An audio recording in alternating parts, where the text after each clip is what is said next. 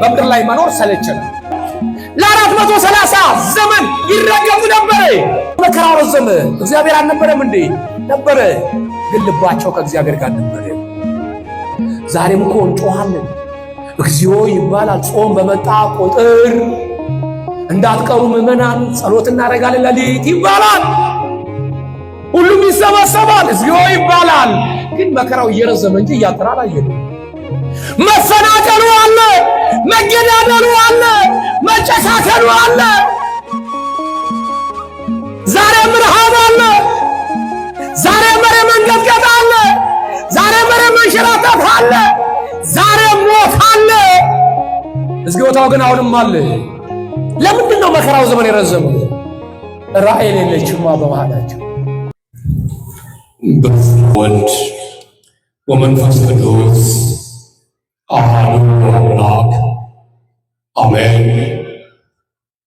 ስብሐት ለእግዚአብሔር ለዘአብጽሐነ እስከዛቲ ሰዓት።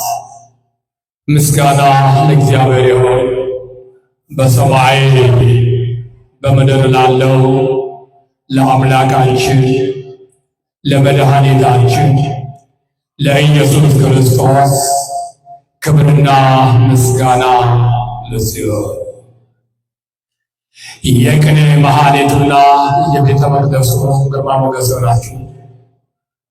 አባቶች ሊቃውንት፣ ካህናት፣ ወንድሞች ዲያቆናት በየባህላችሁ ያላችሁ፣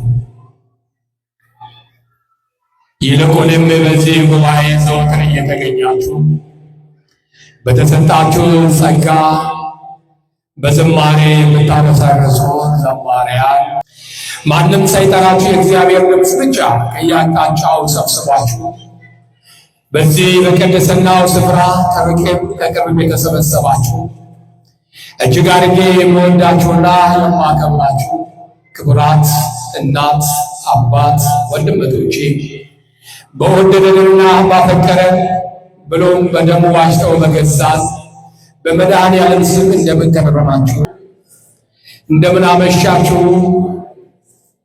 አሜን። እንድናመሰግነው የፈቀደልን ከሞት ወደ ሕይወት ከጨለማ ወደ ብርሃን ከዓለም ጫጫታ መርጦ ሰላም ጸጥታ በበዛባት ቅዱሳን በሚሰበሰቡባት በደጁ እኛንም ኃጢአተኞች የሰበሰበን አምላከ ቅዱስ ገብርኤል ስሙ የተመሰገነ ይሁንልን። ስሙ የተመሰገነ ይሁንልን። አሜን። እግዚአብሔር አምላክ ሁላችን ጋር ይሁን። ሳምንቱ ሰላም አለፈ፣ ሁሉም ሰላም ነበረ። እሰይ። እግዚአብሔር አሁንም ሰላሙን ያብዛላችሁ፣ እንቅፋቱን አሁንም ያርቅላችሁ። እግዚአብሔር የሰላም አምላክ እንጂ የውከት አምላክ አይደለም በሚል ክፍል 1 ተነጋግረን በክፍል 1 ምዕራፍ 1 ተነጋግረን ክፍል 1 እና ምዕራፍ 2 ለዛሬ አስቀምጠናል። ከእንስሳት ከአራዊት ከአዕዋፍ ጋር እንግባባ የነበርን ሰዎች አዳም አትንካ የተባለውን በለስ በመብላት ሕግን መመሪያን በመጣሱ አዳም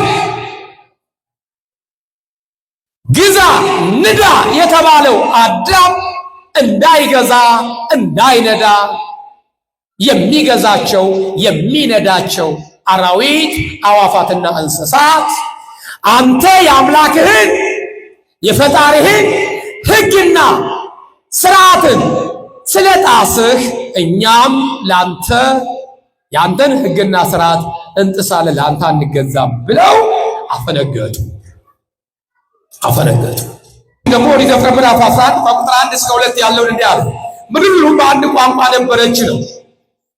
አሁን ስለ ቋንቋ ተነጋግረናል። የአራዊት፣ የእንስሳት፣ የአዕዋፋት፣ የሰው ልጅ ቋንቋ አንድ ነበረ። በአንድ ቋንቋ እናወራለን፣ በአንድ ቋንቋ እንደማመጣለን፣ በአንድ ቋንቋ እናመሰግናለን። ማንን ከተባለ አምላክን ፈጣሪያችን። ነገር ግን አባታችን አዳም ሕግና ትእዛዙን በመተላለፉ ይሄ አደጋ ይሄ ችግር በአዳም ላይ ደረሰ። አዳም ያቺን በለስ በመብላቱ ከሕግና ከሥርዓቱ ሲተላለፍ ጸጋ እግዚአብሔር ሲለየው በእጁ የነበሩት ነገሮች ሁሉ ሸሹት። ያ ይፈራ የነበረው ሞገሱ ተገፈፈ። እግዚአብሔር ጸጋችን ከመገፈፍ አምላከ ቅዱስ ገብርኤል እኔንም እናንተንም ይጠብቃል። አሜን። ጸጋ ሲገፈፍ ከባድ ነው ወገኖች። እግዚአብሔር መወደድን መፈራትን እግዚአብሔር አምላክ ለሁላችን ያድል። በጠላቶቻችን ፊት አዳም ያ ግርማ ሞገሱ ያ በአራዊት በእንስሳት በአዕዋፋት ይወደድ የነበረው አዳም ተጠላ። ጭራሽ አንበሶቹ እሱን ሊበሉት ያደቡ ጀመረ ይላል። እሱን ሊበሉት ትናንት እየዳበሰ ጎፈሬውን እያሻሸ ላንቃውን እያከከለት አንበሳ እያለ ግልገሎቹን እያጫወተ እንዳላሳደገ ከእግዚአብሔር ሕግና መመሪያ ሲወጣ ግን ያ ስም ያወጣላቸው የዳሰሳቸው በእጁ ጠረን የኖሩ አንበሳ አራዊቶች አዳምን ለመብላት ያደቡ ጀመረ። አዳም ያ የነበረው ድፍረት ያ የነበረው ወኔ ራቀው። ድፍረቱ ከዳው። ከመዳፈር ይልቅ ሸሻቸው ይላል። ሁለታኔ ሽሽት፣ አንድም ጸጋው ተገፎ ከአምላኩ ሽሽት፣ እንደገና ደግሞ ከአራዊት ደግሞ ስጋውን በጣሰው አጥንቱን ከስክሰው እንዳይበሉት ሸሸ ይላል። ሸሽ ወገኖች፣ ሰው እንቅፋት ሲሄድ ይመተዋል። ከምን አንጻር ነው እንቅፋት የሚመታው ከተባለ ከትኩረት አንጻር ነው። ትኩረት አለመኖር በእርምጃችን ትኩረት የትኩረት ማነስ ካለ እንቅፋት ይመታናል። ብዙ ጊዜ መከራ ችግር የሚገጥመን ለምንድን ነው ከተባለ ከእግዚአብሔር ትኩረት ስንወጣ ነው። ከእግዚአብሔር ሲለየን ነው በተለያየ ፈተና የምንመታ፣ በተለያየ ችግር የምንደቆሰው። ወገኖቼ ፍርሃት ይመጣል። እኔ ምን አውቃለሁ? ሰሞኑን ደግሞ ፍርሃት ይለኛል። ምን እንደሆንኩ ግን አላውቀውም የሚል ሰው ገጥሟቸው ያውቃል? ሰሞኑን ምን እንደሆንኩ አላውቅም፣ ፍርሃት ይለኛል ውስጤን ይላል። ጸጋ ሲርቅ ከእግዚአብሔር አምላክ ኢየሱስ ክርስቶስ በረከቱን ከኛ ሲያርቀው ብርድ ይልሃል። ብርድ ፍርሃት ይልሃል። መደንገጥ ይልሃል። ያን ጊዜ ፈጥኖ ወደ እግዚአብሔር መመለስ፣ በፊቱ መስገድ፣ መማፀን፣ ጌታ ሆይ የፍርሃትን መንፈስ የድንጋጤን መንፈስ ከኔ አርቅልኝ ብሎ ወደ እግዚአብሔር መማለድ፣ ወደ እግዚአብሔር መጸለይ። ለዚህ ነው ቤተ ክርስቲያን ደጋግማ ልጆቼ ከቤተ ክርስቲያን አትራቁ የምትለው።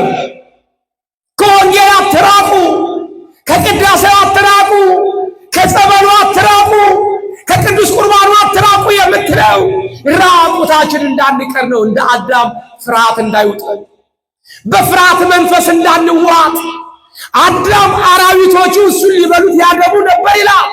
እኔና እናንተም ከእግዚአብሔር በራቅን ጊዜ ሰይጣን ያደባል። ምን ሊያረገን? በቁጥጥሩ ስር ሊያረገን፣ ሊቆጣጠረን ያደባል። ጥቂት ስህተትን ይፈልጋል። ጥቂት ስህተት በሰራን ጊዜ እግዚአብሔር ከኛ ይርቃል። ለምን? እግዚአብሔር ኃጢአት አይስማማውምና።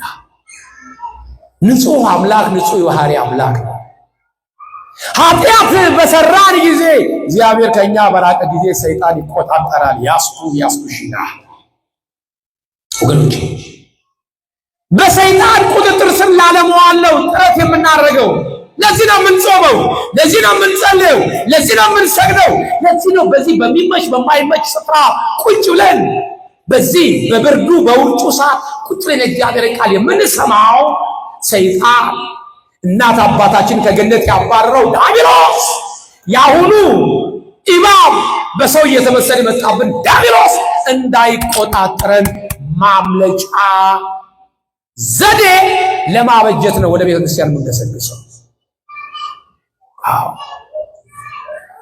በወንጌል መረብ ውስጥ የሌለ ነገር ሁሉ ወገኖች ዋጋ የለውም።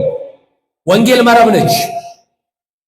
ከመርከብ ላለመውረድ ጥረት የምናደርገው። ከመርከብ ከወረድን ጉማሬ አለ፣ አዞ አለ፣ ይውጣሃል፣ ይውጥሻል።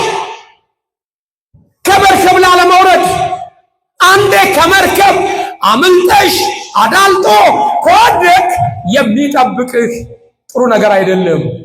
ወይ ጉማሬ አለ ወይ አዞ አለ። ከሁለት አንዱ ይውጥሻል፣ ወይ አሳ ነባሪ ገጥመሃል። ስለዚህ ምንም መርከቧ ብትናወጥ፣ ምንም መርከቧ ብትንቀጠቀጥ ከሷ ላይ መውረድ አያስፈልግም፣ መውረድ አያስፈልግም። ዛሬ በአንድም በሌላ መንገድ መርከቧ እየተናወጠች ነው። ይሄ ከሹፌሮቹ ደካማነት የተነሳ መርከቧ ትናወጥ ይሆናል እንጂ ግን አትገለበጥም። ለምን? ከሹፌሩ የበለጠ የሚጠብቃት ክርስቶስ አያንቀላፋምና። በሐዋርያት ሥራ ምዕራፍ 20 ቁጥር 28 እንዲህ ይላል፣ በገዛ ደሙ የዋጃትን የእግዚአብሔርን ቤተ ክርስቲያን ትጠብቋት ዘንድ መንፈስ ቅዱስ እናንተን ጳጳሳት አድርጎ ለሾማት ለመንጋው ሁሉ ለራሳችሁ ተጠንቀቁ ይላል። መንጋው የተባለ በ80 በ40 ቀን የተጠመቀ ልጅነትን የተቀበለ በጎቼ ድምፄን ይሰሙታል እኔም አውቃቸዋለሁ እነሱም ያውቁኛል የተባለው እኛ ለራሳችሁ አለ ለምትመሩት ምዕመናን ተጠንቀቁ፣ መሰናከል እንዳትሆኑ። ላነጋገራችሁ፣ ለእርምጃችሁ፣ ላበላላችሁ ተጠንቀቁ። የሐዋርያት ሥራ ምዕራፍ 20 ቁጥር 28 ላይ ያልኳችሁ ከሄድኩ በኋላ አለ ቅዱስ ጳውሎስ፣ ከሄድኩ በኋላ ለመንጋው የማይራሩ ጨካኞች ተኩላዎች እንደሚገቡባችሁ ደቀ መዛሙርቱን ወደ ኋላ እንደሚስቡ ዘንድ ጠማማ ነገርን የሚናገሩ ሰዎች በመካከላችሁ እንደሚነሱ እኔ ያውቃለሁ አለ። ከሄድኩ በኋላ ለመንጋው የማይራራ የተሰጠውን ኃላፊነት እረኝነቱን የማይወጣ ምንደኛ እረኛ ሞልቷል ከጳጳሳት። በጎቼን ጠብቅ። በግ የተባለው አባት እናት። ሁለተኛ ትወደኛለህ ሲለው እንደምወድህ ታውቃለህ ሲለው ጥቦቶቼን አለ። ጥቦት የባለው ለአቅመ ሔዋን ለአቅመ አዳም የደረሱትን ወጣቶች። ሶስተኛ ትወደኛለህ ሲለው ግልገሎቼን ጠብቃለህ። ግልገል የተባሉት ሕፃናቶች። አንድ እረኛ ይሄን ሶስቱን ነገር የመጠበቅ ግዴታ አለበት። እናት አባትን ብቻ አይደለም ንስሐ ግቡ ማለት ያለበት። እናት አባትን ብቻ አይደለም መምከር ያለበት። እናት አባትን ብቻ አይደለም ቅዳሴ ያስቀድስ ማለት ያለበት። አንድ ንስሐ አባት የታለ ጎረምሳው፣ የታለች ጎረምሷ ቁጭ በሉ ብሎ ቤት ውስጥ የተፈጠሩትን ፍጥረታት የማስተማር ግዴታ። ሕፃናት ካለ ለሕፃናት የሚመቸውን ወንጌል እንደ ወተት እንደ ሕፃን ልጅ ወተት ጋትኳቸዋል የሚለው ቅዱስ ጳውሎስ።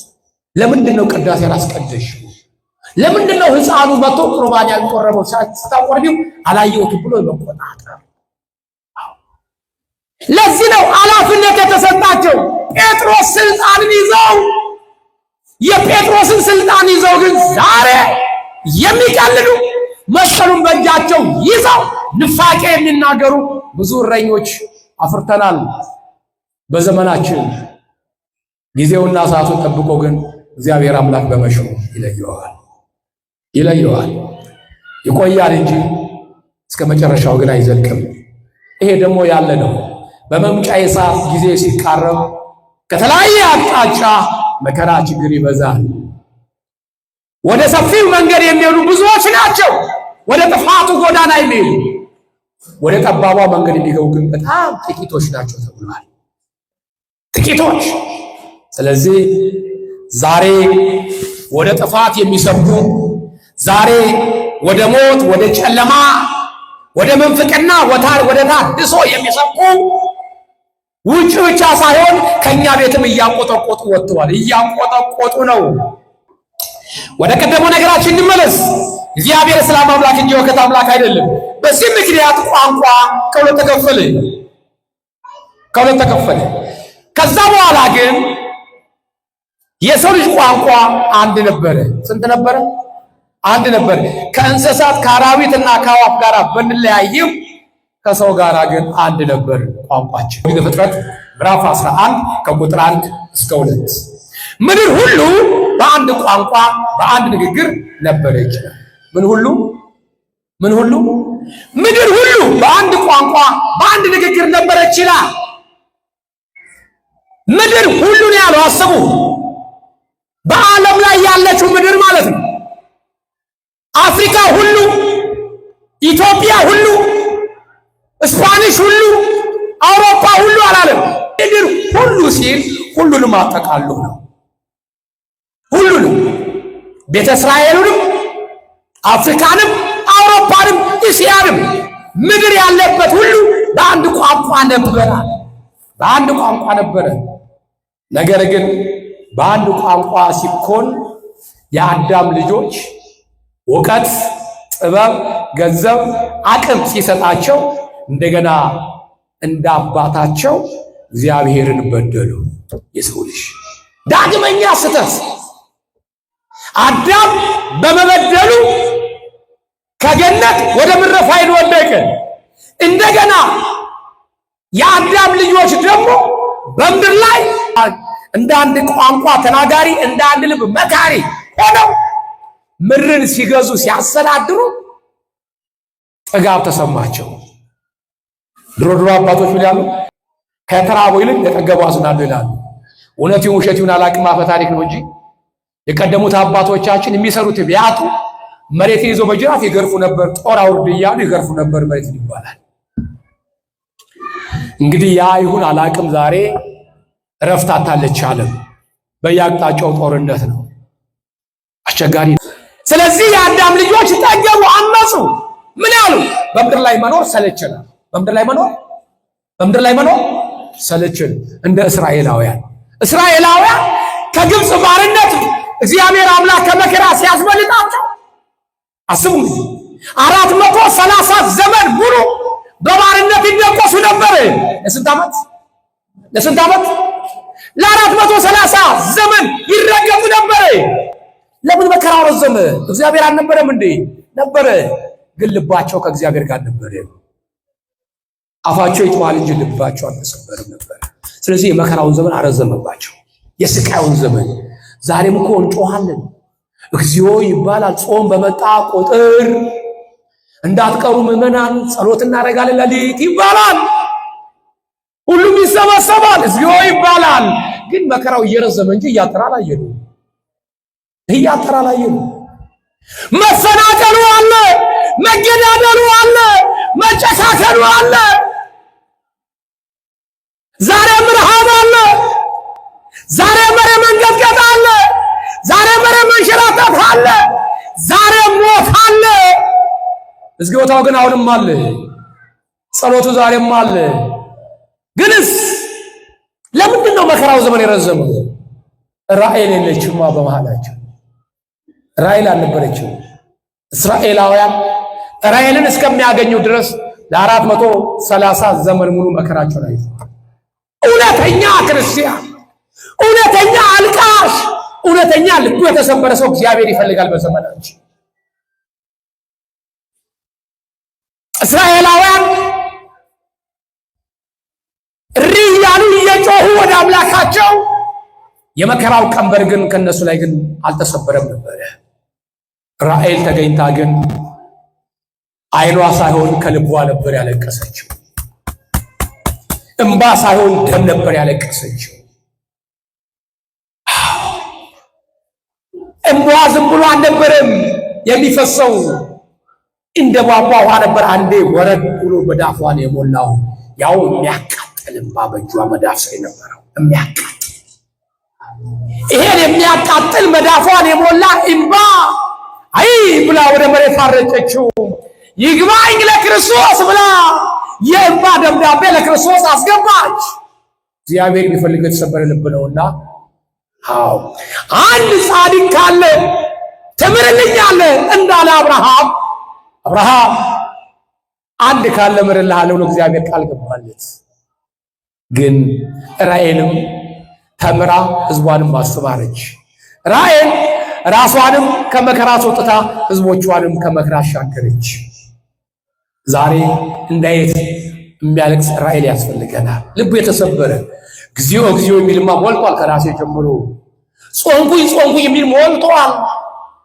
ነጠላ ለብሶ ቅዳሴ የሚያስቀድስ ሞልቷል። ከራሴ ጀምሮ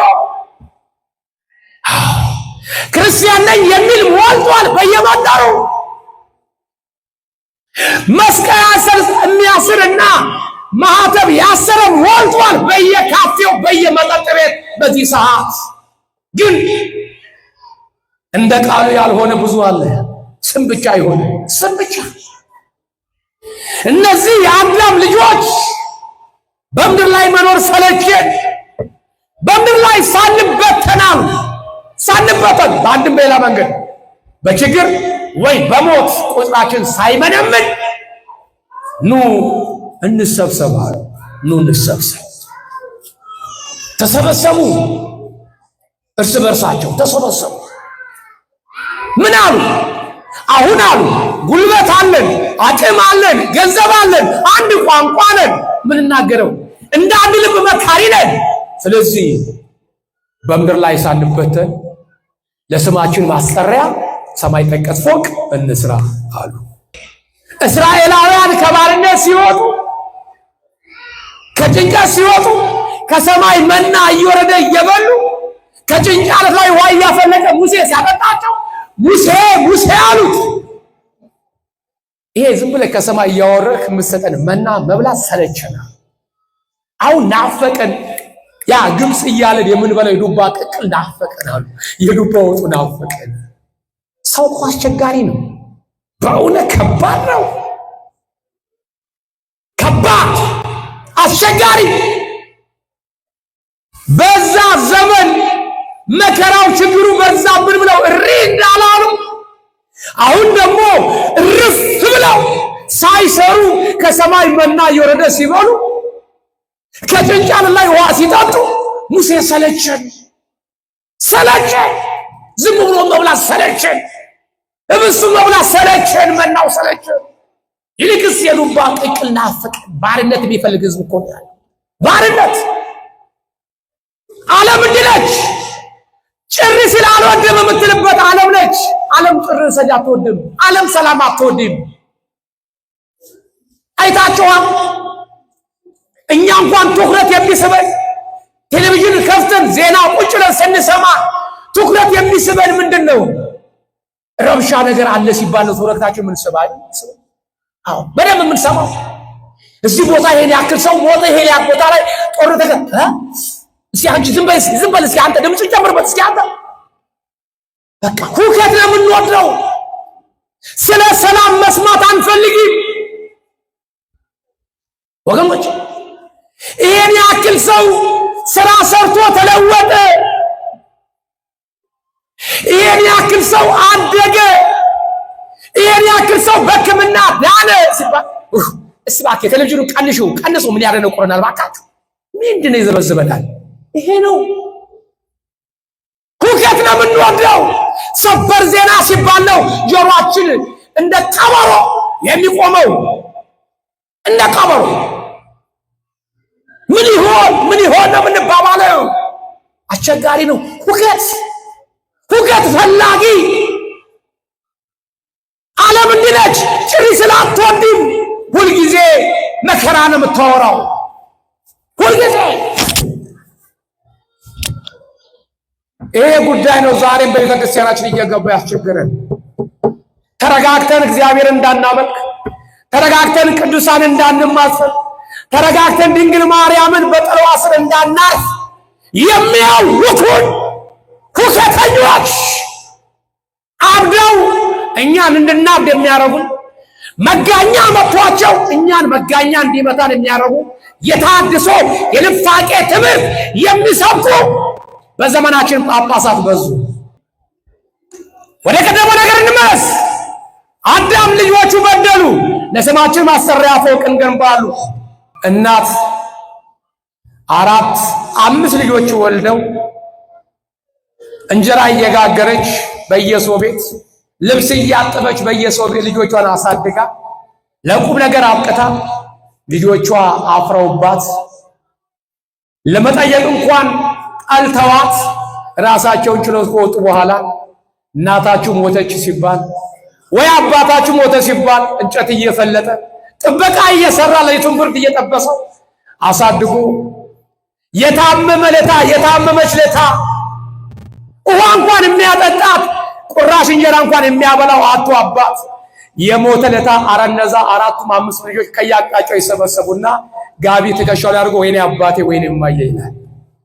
ወይኔ አባቴ ወይኔ እማዬ። ምነው ጥለሽኝ ሄድሽ፣ ምነው ጥለኝ ሄድክ ይላል። ዓለም እንዲህ ነች። ሙሾ ማውራት ትችልበታለች፣ ሙሾ ማውራት ትችላለች፣ ማከም ግን አትችልም። በመከራከር አትደርስም፣ መቅበር ትችላለች። ዓለም እንዲህ ነች። ብዙ ቀባሪ አለ በዘመናችን፣ ትንሣኤ የሚያስነሳ ግን አተናል።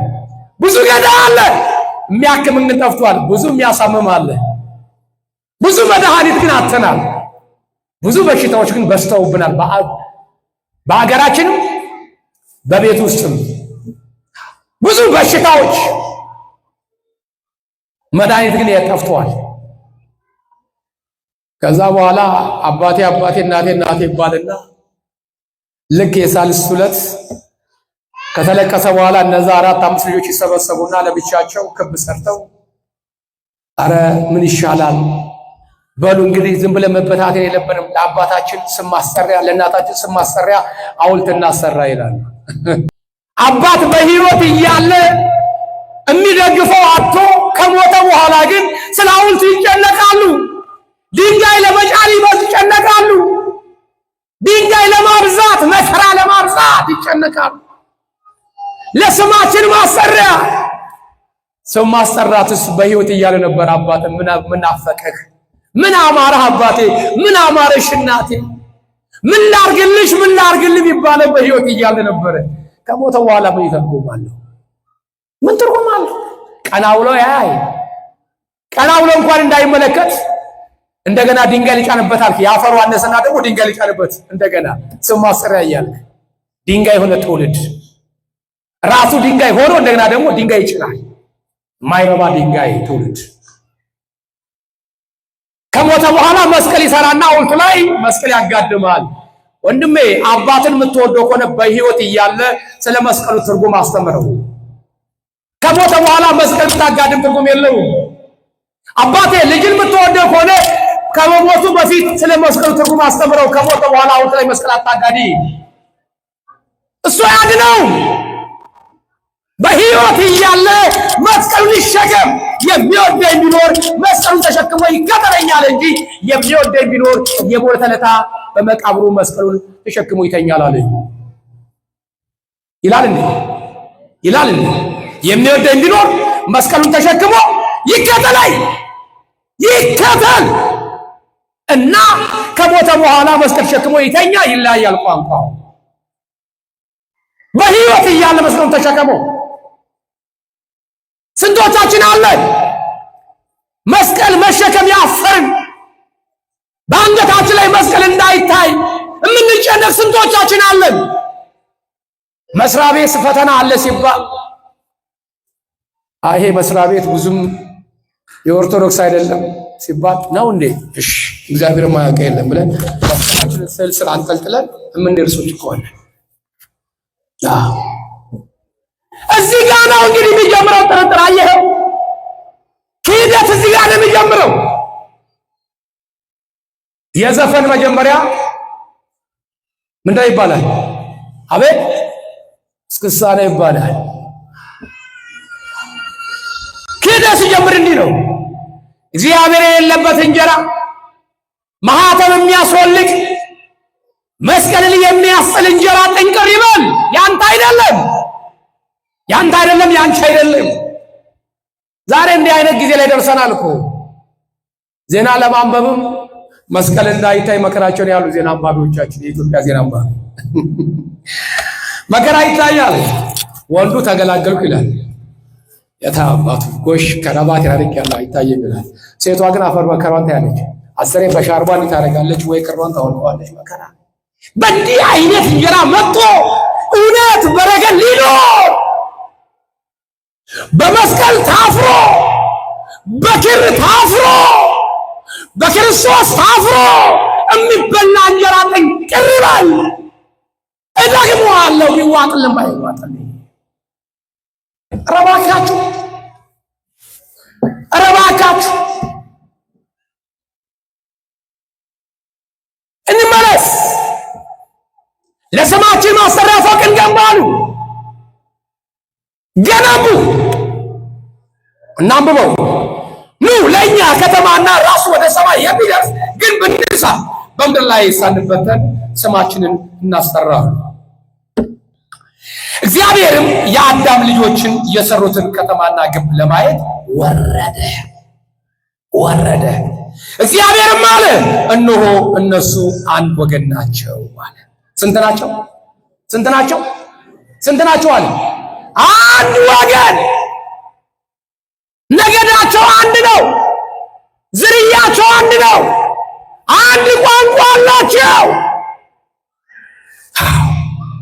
አንድ ወገን ናቸው። እንዲህ አለ ለሁሉ አንድ ቋንቋ አላቸው አለ። ለስንቱ? ለስንቱ? ለሁሉም አንድ ቋንቋ አላቸው። ለሁሉም አንድ ነገር ናቸው አለ መጀመሪያ። መልሶ ደግሞ ወረዳልና ለሁሉም አንድ ቋንቋ አላቸው። አንድ ነገር ናቸው፣ አንድ ቋንቋ አላቸው። ስለዚህ እግዚአብሔር ምን ሊሆን እንመልከቱ መጽሐፋችን። ይህንንም ለማድረግ ጀመሩ።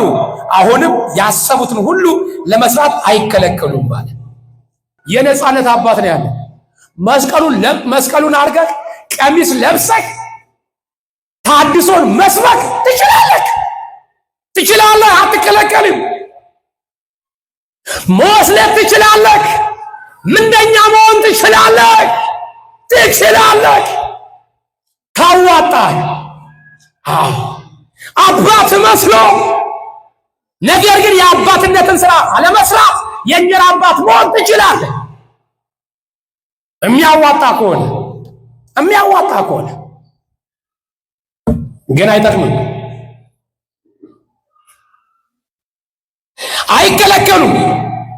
ያሰቡትን ሁሉ ለመስራት አይከለከሉም። ኑ እንውረድ አላውን እግዚአብሔር እዚህ ኑ እንውረድ።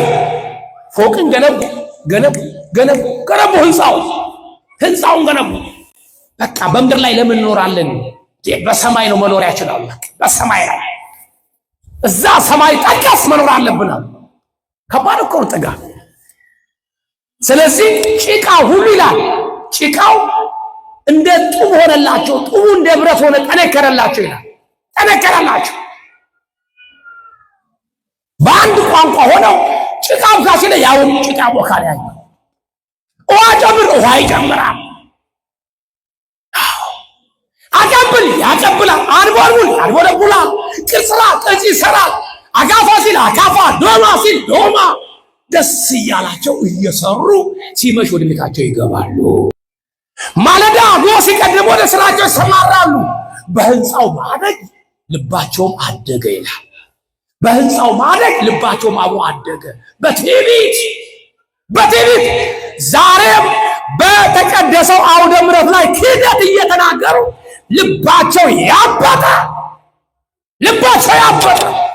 አንገታቸው የደነደነ ምንደኛ እረኛ በዝተዋል። እረኛ በዝተዋል። ልባቸው አበጠ፣ ደስ አላቸው።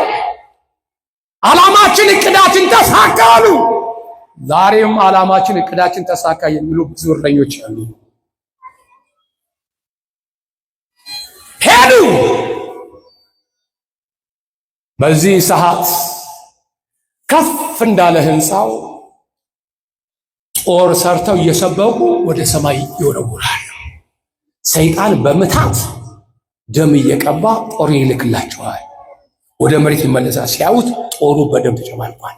አብን ወጋ ነው። ድጋሚ ወረውራሉ። አሁንም ወልድን ወጋ ነው። ሲወረውሩ ሳውንም ይመለሳል። ደግሞ መንፈስ ቅዱስን ወጋ ነው እያሉ በእግዚአብሔር ይሳለቃሉ። ዛሬም በእናታችን በቤዛዊት ማርያም በድንግል ማርያም የሚሳለቁ ጦር ወርዋሪዎች አሉ። ጦር ወርዋሪዎች አሉ። ጦር ወርዋሪ እግዚአብሔር እሱ ያሳክስልን። እንውረድ። አንዱ የአንዱን ንግግር እንዳይሰማ ቋንቋቸውን በዚያ እንደባልቀዋል። የሠራዊት ጌታ እግዚአብሔር አምላክ ኑ እንውረድ፣ በቃ ኑ እንውረድ። አንዱ የአንዱን ቋንቋ አንዱ የአንዱን ንግግር እንዳይሰማ ቋንቋቸውን በዚያ እንደባልቀው እግዚአብሔርም ከዚያ በምድር ላይ ሁሉ ላይ በተናቸው ማለት ምን አደረጋቸው? በተናቸው። አንዱ የአንዱን ቋንቋ እንዳይሰማ ከላይ ሆኖ እንደቀደመው ካቆሙ ነው እንጀምር ብለው አብን ወጋን፣ ወልድን ወጋን፣ መንፈስ ቅዱስ ወጋን ብለው ከተሳለቁ በኋላ እንደገና ደግሞ ካቆኑበት ህንፃውን እንገንባ እያሉ እየገነቡ ሲሄዱ ውሃ ሲል ያኛው ደግሞ አካፋ በገመድ አስሮ ይልካል። ጭቃ ሲል መዶሻ ይልካል። ከላይ ያለው መዶሻው ይልካል። ወርታች ቁልቁል ጭቃ አልኩ እንጂ መዶሻ ትልካለህ። እንግዲህ እርስ በርስ መከሳከስ ተፈሳፈስ እርስ በርስ። እንግዲህ እዚህ ጋር ደግሞ ያለው ውሃ ጨምር ሲል ያኛው አፈር ይዞታል። አፈር ሲያመጣ ፊቱ ላይ አፈር ያብላህ እያለ አፈር ይበተናል። ይሄ ነው እንግዲህ ቋንቋ ሲደባለቅ። ይኸው ቋንቋው ግራ ገባ። በስራው ላይ ብቻ እኮ ቋንቋ ቢቀር መልካም ነው። እዛው ቢቀር እቤትም ሲገቡ ቋንቋቸው ተደባለቀ። ሚስት ከባል፣ ባል ከሚስት፣ ልጅ ከወላጅ ጋር መግባባት ጠፋ። እግዚአብሔር የምንግባባበት መንፈስ ይስጠን ወገኖች። ዛሬም መግባባት አቅቶናል በቋንቋ ምክንያት። በክርስቶስ አርአያ ምሳሌ ተፈጥረን ግን መግባባት አቅቶናል።